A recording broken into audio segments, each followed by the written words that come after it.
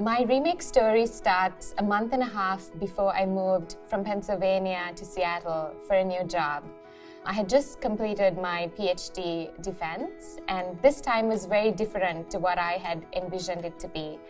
Because of COVID, my parents couldn't visit me, there was no graduation ceremony, there was no big celebration with my grad school friends, and I had huge life changes looming ahead of me.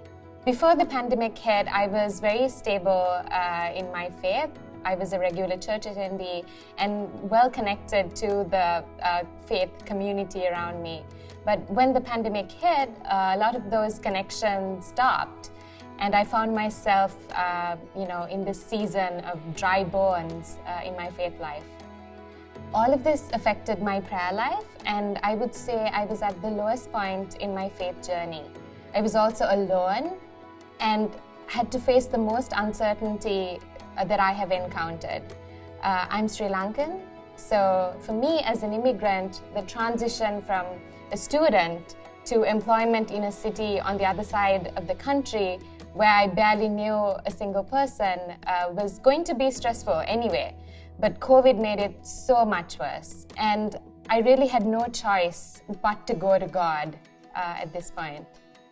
As a first step, I knew I had to find a Sunday service, and so I Googled churches in Bellevue while I was still in Pennsylvania, and I found Bell Prayers, and I started attending the live stream. I got connected with the church, and then after I moved here, I also joined the Sanctuary Chorus, which helped me tap into a wonderful community there.